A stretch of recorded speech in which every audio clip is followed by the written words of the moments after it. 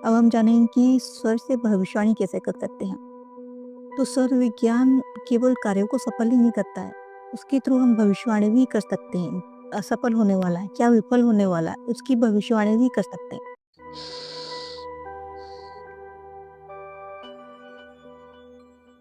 सांस सांस में बसे श्वास जो लिया ज्ञान, कबीरा जो ये जाने पाए जीवन महान।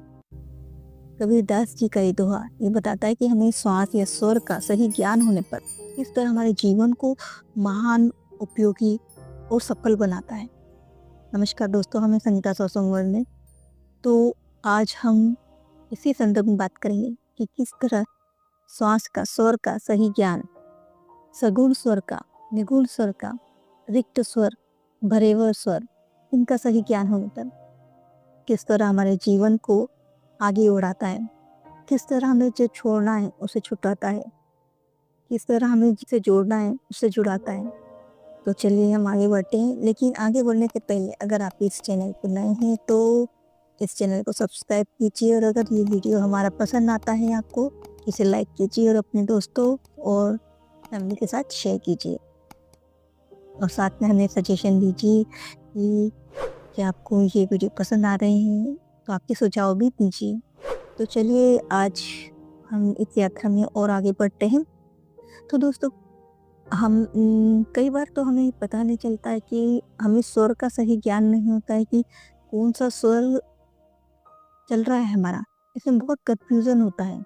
बहुत सारे लोगों को इस बारे में कन्फ्यूज़न होता है कि कौन सा स्वर चल रहा है, इसको पहचानना नहीं आ रहा है। तो कैसे जाने हमें? क्योंकि पूरा बेस इसी पे डिपेंड है।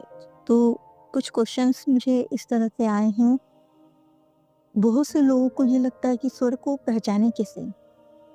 क्योंकि दोनों नासिका छिद्रों से उनको प्रवाह एक जैसा ही लगता है। तो पहले तो हम स्वर को सही तरीके से पहचानना, एनालाइज करना सीखेंगे। उसके बाद ही हम सगुण स्वर और द्विगुण स्वर की बात कर सकते हैं। तो स्वर को सही तरीके से पहचानना, अगर आप इस तरह से पहले जो बताया गया है उससे नहीं चाहे पहचान पाए, तो इसके लिए आप स्वर पहचानने का सही तरीका है, ध्यान दें कि किस नासिका से हवा का प्रवाह तेजी से आ रहा है, किस नासिका छिद्र से हवा का फ्लो ज़्यादा है और किससे कम। एक नासिका छिद्र से स्पष्ट रूप से हवा का प्रवाह अधिक होगा और दूसरी नासिका छिद्र से हवा का प्रवाह कम होता है पहले की तुलना में। इसके लिए एक और मेथड है कि हम दोनों नोस्ट्रिल से हम air flow in and flow out करेंगे। तो फर्स्ट हम इसको एक नोस्ट्रिल को बंद करेंगे और दूसरी नोस्ट्रिल से फ्लो इन और फ्लो आउट करेंगे, और फिर सेम दूसरी नोस्ट्रिल को बंद करके पहले वाले नोस्ट्रिल को फ्लो इन और फ्लो आउट करेंगे। तो अब फिर चेक करेंगे कि दोनों तो कौन सी नोस्ट्रिल से हम comfortably flow in and flow out कर पा रहे हैं, तो वो नोस्ट्रिल हमारी एक्टिव होगी। और जब दोनों ही एक्टिव होती है, दोनों में से ही बराबर फ्लो हो रहा है, मीन्स हमारी सुषुम्ना एक्टिव है। और पर नॉर्मली हमारी एक नाड़ी एक्टिव होती है और दूसरी इनएक्टिव होती है। तो इसे भी धीरे धीरे प्रैक्टिस करने पर हमें आएगा ये। तो समझ रहे हम उंगली कर हमारा ब्रीद इन ब्रीद आउट करें, कौन से नोस्ट्रिल में ज़्यादा फ्लो हो रहा है, हाथों की इस तरह से रखकर मेथड बताइए। तो जिसमें भी आपको कंफर्टेबली पता चल रहा है, आप कौन से मेथड को फॉलो कर सकते हैं। पेपर वाली मेथड भी है। आप पेपर रखो, पेपर दो टुकड़े रखकर नोस्ट्रिल को चेक करो, 2 टुकड़े दोनों नोस्ट्रिल के रखो और फ्लो इन फ्लो आउट करो। फ्लो आउट करेंगे तो जो पेपर ज़्यादा हिलेगा मीन्स वो वाली नोस्ट्रिल हमारी एक्टिव है। मैं पहले की वीडियोस में बता चुकी हूँ किस तरह से इसको पहचानना है। तो बहुत सारे मेथड हैं। दूसरे हैं, हम मिरर को हम अपनी नोस्ट्रिल के नीचे रखेंगे और चेक करेंगे कि फ्लो इन फ्लो आउट करेंगे तो कौन सी नोस्ट्रिल से ज़्यादा भाप जम रही है। तो उससे मिरर से भी हम चेक कर सकते हैं। तो पहले हम जान चुके हैं कि सगुण स्वर क्या आता है, निगुण स्वर भी आता है। सगुण स्वर सफलता की ओर ले जाता है, निगुण स्वर चीज़ों को दूर करना, जिस चीज़ों को हम दूर करना चाहते हैं तो उसमें सहायक होता है। और जान चुके कि भरा हुआ स्वर कार्य को पूर्णता की ओर जाता है, किसी भी कार्य को पूर्ण करना है तो हम भरे हुए स्वर में करेंगे, स्वर भरते हुए। और खाली स्वर कार्य को विफल करता है, तो जिस कार्य को हमको छोड़ना है, जिसे विफल करना है, उसे हम रिक्त कर देंगे, रिक्त स्वर में करेंगे। अब हम जानेंगे कि स्वर से भविष्यवाणी कैसे कर सकते हैं। तो स्वर विज्ञान केवल कार्यों को सफल ही नहीं करता है, उसके थ्रू हम भविष्यवाणी भी कर सकते हैं। असफल होने वाला है, क्या विफल होने वाला है, उसकी भविष्यवाणी भी कर सकते हैं।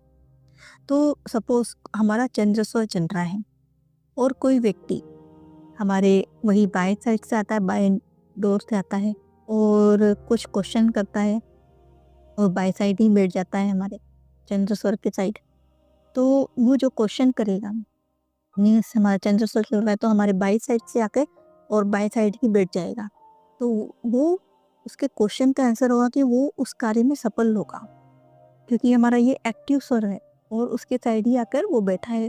तो वो क्वेश्चन करे, कोई से भी और किसी भी बारे में वो क्वेश्चन करे कि हाँ इसमें सफल होऊंगा कि नहीं, तो उसका हाँ में ही आंसर देना है कि हाँ उसमें बिल्कुल सफल हो गया, क्योंकि आपने, आपका एक्टिव स्वर है, उसी स्वर में आके उसने वो क्वेश्चन करा है, भरे हुए स्वर में। और दूसरा वे, और सपोज दूसरा कोई व्यक्ति अगर आपके रिक्त स्वर में, रिक्त स्वर की दिशा मतलब जो इनएक्टिव स्वर है उस दिशा में आकर, मतलब राइट साइड में आकर कुछ क्वेश्चन करता है, मतलब एट ए टाइम मेरा लेफ्ट स्वर एक्टिव है और राइट इनएक्टिव है, तो अगर वो राइट साइड की डायरेक्शन में आता है तो और वो क्वेश्चन करता है, उस कार्य जो करना चाहता है उसमें वो विफल होगा। तो ये स्वर से हम पहचान सकते हैं, एक्टिव स्वर में जो आया है और उसी दिशा में बैठ गया है, उसी साइड में बैठा है, तो वो उस कार्य में सफल होगा। और जो इनएक्टिव स्वर की दिशा में आया है और उसी दिशा में बैठ गया है, उसी साइड में बैठ गया है, तो दिस इनएक्टिव स्वर है, तो वो उस कार्य में सफल नहीं होगा।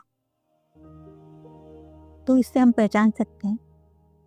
अब सपोज वो एक्टिव स्वर से आया है, मतलब बाएं साइड से आया है, क्वेश्चन कर रहा है, लेकिन आकर वो दाएं साइड बैठ गया है। पहले तो वो आया एक्टिव स्वर में, लेकिन बैठ गया आकर दाएं साइड इनएक्टिव स्वर की यहाँ। तो उसका जवाब हमें ये देना है कि पहले तो वो अपने कार्य में सफल होगा, लेकिन बाद में वो कार्य उसका जमेगा नहीं, विफल होगा उस कार्य में।